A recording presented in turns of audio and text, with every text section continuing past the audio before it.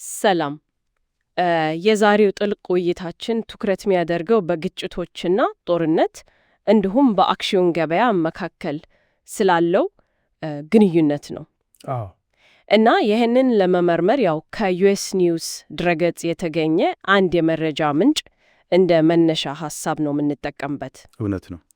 ምንጩ ሊመልስ ያሰበው ዋና ጥያቄ ግጭቶችና ጦርነት የአክሲዮን ገበያን እንዴት ይነካሉ የሚል ነው። እና እስቲ በዚህ ጥያቄ ዙሪያ ያሉትን ሐሳቦች እንፈትሽ። በጣም ጥሩ። ይሄ ግንኙነት እኮ በተለይ አሁን ባለንበት ዘመን ሁሉም ነገር በተሳሰረበት፣ አዎ ዓለም አቀፍ ትስስር ባለበት ልክ ነሽ፣ በጣም አስፈላጊ ነው። ምክንያቱም ጂኦፖለቲካዊ ክስተቶች በቀጥታም ይሁን በተዘዋዋሪ የኢንቨስትመንት ውሳኔዎችን፣ የገበያ ስሜትን ሁሉ የመቀየር ኃይል አላቸው። የአንዱ አካባቢ ችግር ሌላ ቦታ ያለውን የኢኮኖሚክ እንቅስቃሴ መንካቱ አይቀርም። እሺ፣ እንግዲያው መጀመሪያ ላይ ምናልባት ግልጽ የሚሆነው ተጽዕኖ ይሄ እርግጠኛ ለመሆን የሚባለው ነገር ይመስለኛል። አንሰርቲንቲ። ግጭት ሲፈጠር ገበያው ላይ ይሄ እንዴት ነው በትክክል የሚታየው? ዝም ብሎ ከመውረድ ባለፈ ማለት ነው። ምን አይነት ባህሪ ነው የምናየው? ጥሩ ጥያቄ ነው። እርግጠኛ ለመሆን ማለት ባለሀብቶች የወደፊቱን ለመገመት ይቸገራሉ ማለት ነው። አዎ ይሄ ደግሞ ስጋትን ይጨምራል፣ ሪስክን ማለት ነው። ስለዚህ አብዛኛው ጊዜ ፈጣን ምላሽ ምንድን ነው? ባለሀብቶች እንደ አክሲዮን ካሉ እስከ ስጋት ያላቸው የሚመስሉ ነገሮች ወጥተው ወደ ደህና ቦታዎች፣ ልክ ነሽ፣ ወደ ደህና ወደሚባሉት ለምሳሌ እንደ ወርቅ ወይም የመንግስት ቦንዶች ወደዛ ይሄዳሉ። በተጨማሪም ኩምፓኒዎች ትላልቅ የኢንቨስትመንት ውሳኔዎችን ሊያቆዩ ይችላሉ፣ ሊያዘገዩ ይችላሉ። ይሄ ደግሞ ኢኮኖሚውን ያቀዘቅዘዋል። በትክክል የኢኮኖሚውን እድገትን ሊቀንስ ይችላል። ግን ይሄ የመጀመሪያው ምላሽ ነው እንጂ የመጀመሪያው ምላሽ የግድ የረጅም ጊዜውን ላያንጸባርቅ ይችላል። እሺ፣ ከዛስ በኋላ ግጭቱ እየቀጠለ ሲሄድ ተጽዕኖ በሁሉም የኢኮኖሚ ዘርፎች ላይ አንድ አይነት ነው ወይስ ይለያያል? በጣም ልክ ነሽ። በፍጹም አንድ አይነት አይደለም። ተጽዕኖ በየዘርፉ በጣም ይለያያል። ለምሳሌ የመከላከያ ኢንዱስትሪ ወይም በነዳጅና ጋዝ ዘርፍ ያሉ ኩምፓኒዎች፣ እነዚህ አክሲዮኖቻቸው ከግጭት ሊጠቀሙ ይችላሉ፣ ዋጋቸው ሊጨምር ይችላል።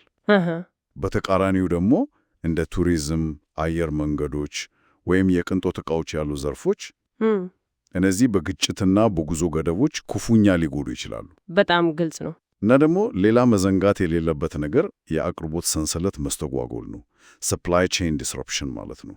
አዎ በጣም ወሳኝ ነው። አንድ ቁልፍ ቦታ ላይ የሚነሳ ግጭት በመላው ዓለም ያሉ ኢንዱስትሪዎችን ሊነካ ይችላል፣ ከቴክኖሎጂ እስከ ግብርና። ስለዚህ የግጭቱ አይነትና የሚካሄድበት ቦታ ወሳኝነት አላቸው። በጣም ውስብስብ ነው ማለት ነው። ገበያዎች መጀመሪያ ይደናገጣሉ፣ ዘርፎች በተለያየ መንገድ ይጎዳሉ። ግን ቅድም እንዳልከው ገበያዎች ከጊዜ በኋላ ደግሞ ይለምዳሉ አይደል? በትክክል ማለት ማስተካከል ወይም መቋቋም። ስለ ገበያ መቋቋም አቅም ማርኬት ሬዚሊየንስ ምን እንላለን? ምን ያህል ፍጥነት ነው የሚያገግሙት? ትክክል ነሽ። የገበያ መቋቋም አቅም የምንለው ገበያው ድንጋቴዎችን ተቋቁሞ ወደ ነበረበት የመመለስ ችሎታው ነው። ይሄ ደግሞ በብዙ ነገሮች ይወሰናል። የግጭቱ የቆይታ ጊዜ፣ ስፋቱ፣ በዓለም ኢኮኖሚ ላይ ያለው ተጽዕኖ፣ መንግስታት የሚሰጡት ምላሽም ጭምር። እርግጥ የማዕከላዊ ባንኮችና የመንግስታት ምላሽ ትልቅ ሚና ይጫወታል። የሚገርመው ግን ብዙ ጊዜ ገበያዎች መጥፎ ዜናዎችን በፍጥነት ዋጋ ውስጥ ያስገባሉ፣ ፕራይስ ኢን ያደርጋሉ የምንለው ማለት አስቀድመው ይጠብቁታል። የሚጠበቁ ስጋቶችን በአክሲዮን ዋጋዎች ውስጥ ያንጸባረቃሉ ማለት ነው። ስለዚህ አንዳንድ ጊዜ ግጭቱ ሲቀሰቀስ የሚጠበቅ ከነበረ የገበያው ምላሽ የጠበቅነውን ያህል ከባድ ላይሆን ይችላል። ታሪክም እንደሚያሳየው መጀመሪያ ላይ ከባድ ውድቀቶች ቢኖሩም ገበያዎች በረዥም ጊዜ ማገገም አዝማሚያ አላቸው። በተለይ ግጭቱ ዓለም አቀፍ የኢኮኖሚ ድቀትን የማያስከትል ከሆነ። ስለዚህ በጣም ውስብስብና በሁኔታዎች ላይ የተመሰረተ ግንኙነት ነው ያለው። የመጀመሪያ ድንጋቴ ያለ የዘርፍ ልዩነቶች አሉ። ግን ደግሞ ገበያው የመላመድ እና የማገገም ባህሪም አለው። ከዚህ ውይይት አንድ ሰው ሊወስደው የሚገባው ዋና ቁም ነገር ምንድን ነው? እንግዲህ ዋናው ቁም ነገር ግጭትና ጦርነት ለገበያ ከፍተኛ ስጋትና ዋዠቅ ቮላቲሊቲ ያመጣሉ።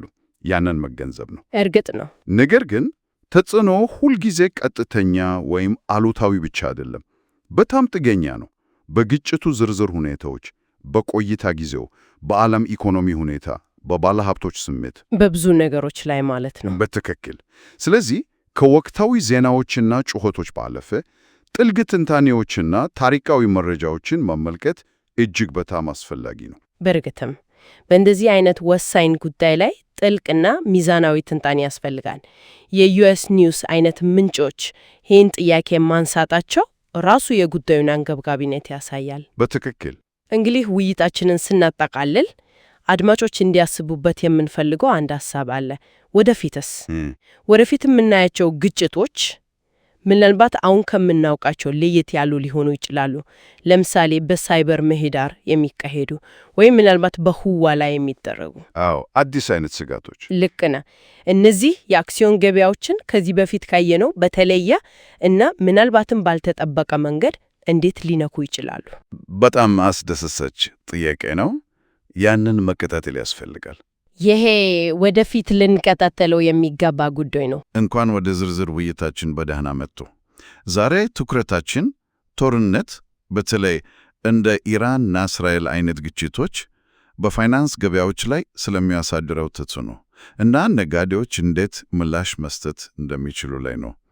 ጦርነትና የገበያ ምላሾች የሚል አንድ ሰነድ መሰረት አድርገን ነው የምንወያየው። ዓላማችንም ከዚህ መረጃ ተነስተን ዋና ዋና የገበያ ምላሾችና ስትራቴጂዎችን መረዳት ነው። መጀመሪያ ላይ የጦርነት ዜና ሲሰማ ገበያው ላይ የወደ ድንጋቴ ያለ አይደል? ከዚያስ ወዴት ያመራል ነገሩ? በትክክል ዜናው እንደተሰማ ገበያውን ፍርሃት ነው የሚቆጣጠረው። ብዙ ጊዜ ሰነዱን በሚለው ትልልቅ ተቋማዊ ባለሀብቶች፣ ትላልቅ ካምፓኒዎች ምናምን ገንዘባቸውን በፍጥነት ከአደገኛ ንብረቶች ያወጣሉ። አክሲዮን ምናምን ማለት ነው። የግል ነጋዴዎችስ እነሱም ዝም ብሎ ይሸጣሉ? ብዙ ጊዜ በስሜት ተገፋፍቶ ነው የሚሸጡት፣ ፍርሃት ሲኖር። ገባኝ። ይህም ማለት እንደ ኤስ&ፒ 500 እና ናዝዳክ ያሉ ዋና ዋና ኢንዴክሶች በደንብ ሊወርዱ ይችላሉ ማለት ነው። ከፍተኛ ውድቀት ሊኖር ይችላል።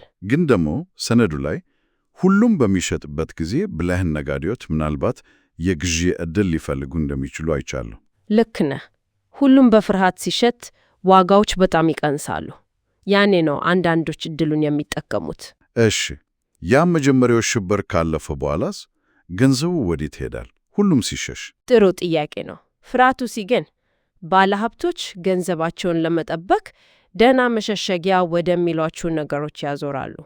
ወርቅ ለምሳሌ አንዱ ትልቅ መሸሸጊያ ነው። ታሪካዊ ነው። የዋጋ ግሽበት ስጋት ሲኖር እና ፍርሃት ሲነግስ ዋጋው ይጨምራል። ውበት ነው። ወርቅ ሁሌም ስሙ አለ። ሌላስ? የአሜሪካ መንግስት ቦንዶችም አሉ አይደል? የአሜሪካ የግምጃ ቤት ሰነዶች ዩኤስ ትሬዥሪስ በጣም አስተማማኝ ተደርጎ ስለሚቆጠሩ ተፈላጊነታቸው ይጨምራል። የስዊስ ፍራንክ እና የአሜሪካ ዶላርስ እነሱም ይመስለኛል። በትክክል የስዊስ ፍራንክ ሲኤችኤፍ እና የአሜሪካ ዶላር ዩኤስዲ ደህና ምንዛሪዎች ናቸው። ዶላር የዓለም ዋነኛ የመጠባበቂያ ገንዘብ ነው። ስለዚህ አንዱ ስትራቴጂ በውጥረቱ መጀመሪያ አካባቢ ወርቅ መግዛት ወይም በዶላር ላይ ማተኮር ሊሆን ይችላል። ወይም ደግሞ በውጭ ምንዛሬ ገበያ ላይ እንደ የስዊስ ፍራንክ ያሉትን መግዛት፣ አደገኛ የሚባሉትን ደግሞ መሸጥ። ሌላው ወዲያውኑ የሚታየው ነገር የሸቀጦች ዋጋ መጨመር ነው። በተለይ ነዳጅ። በተለይ ነዳጅ። ጦርነቱ በመካከለኛው ምስራቅ ካሉ ትልልቅ አምራቾች አቅራቢያ ከሆነ የአቅርቦት መስተጓጎል ስጋት ይኖራል። ይህን የድፍድፍ ነዳጅ ዋጋ ይነራል ማለት ነው። በጣም የተፈጥሮ ጋዝም በቧንቧ መስመር ስጋት ወይም በማጓጓዣ ችግር ዋጋውን ሊጨምር ይችላል። እሺ፣ የምግብ ሸቀጦችስ? ለምሳሌ ስንዴ። እነሱም ላይ ተጽዕኖ ይኖራል። ጦርነቱ በዋና ዋና ላኪ አገሮች አካባቢ ከሆነ እንደ ስንዴ ያሉ ሸቀጦች ዋጋቸውን ሊነድ ይችላል። ስለዚህ ነጋዴዎች እዚህ ላይ ትኩረት ሊያደርጉ ይችላሉ። በነዳጅ የወደፊት ውሎች ወይም እንደ ኤክሳን ሞቢል፣ ሼቭሮን ባሉ የኢነርጂ ኩባንያዎች አክሲዮን ላይ። ልክ ነው። ከነዳጅና ሸቀጦች ባሻገር ደግሞ በቀጥታ በጦርነት የሚጠቀሙ ኢንዱስትሪዎችም አሉ አይደል? የመከላከያ ዘርፉ ማለት ነው። በትክክል የመከላከያ ዘርፍ። ጦርነት ሲኖር መንግስታት ለመከላከያ የሚያወጡት ገንዘብ በጀት ይጨምራል። ይሄ ደግሞ እንደ ሎኪድ ማርቲን ወይም ሬይቲያን ላሉ ኩባንያዎች ትልቅ ገቢ ያስገኛል። የጦር መሳሪያዎች፣ ድሮኖች፣ ሳይበር ደህንነት፣ እነዚህ ሁሉ ተፈላጊ ይሆናሉ። አዎ፣ ባለሀብቶችም የነዚህ ኩባንያዎች ኮንትራት እና ገቢ እንደሚጨምር ስለሚጠብቁ የአክሲዮን ዋጋቸው ይጨምራል። ሰነዱም እንደሚለው እነዚህ አክሲዮኖች በጦርነት ጊዜ ከሌላው ገበያ በተሻለ ሊገኙ ይችላሉ። የሁሉ ነገር የዋጋ መውጣትና መውረድ የገበያውን መዋዥቅ ቮላቲሊቲ በጣም ይጨምረዋል ማለት ነው። በጣም አለመረጋጋቱ ከፍተኛ ይሆናል። ታዲያ ይሄንን መዋዥቅ ለጥቅም መዋል ይቻላል።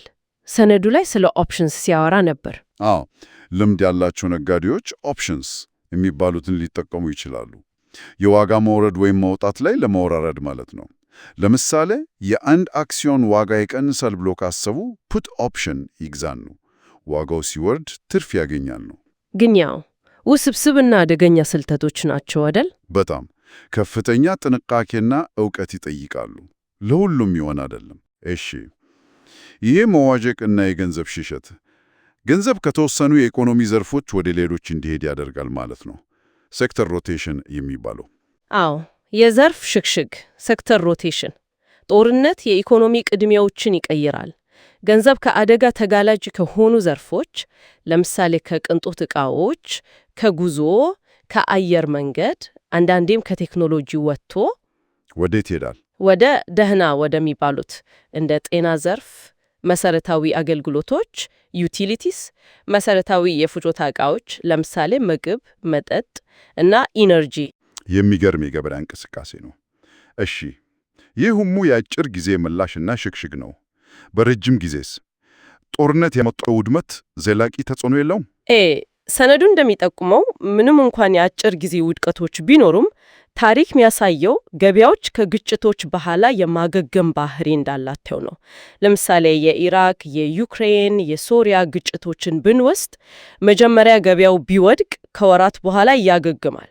አንዳንዴም በመንግስት ወጪ መጨመር እና በመልሶ ግንባታ ምክንያት ያድጋል። ስለዚህ ዋናው ነገር በመጀመሪያው ድንጋቴ ጊዜ አለመረበሽ እና የረጅም ጊዜ እይታ መያዝ ነው ማለት ነው። ልክ ነህ።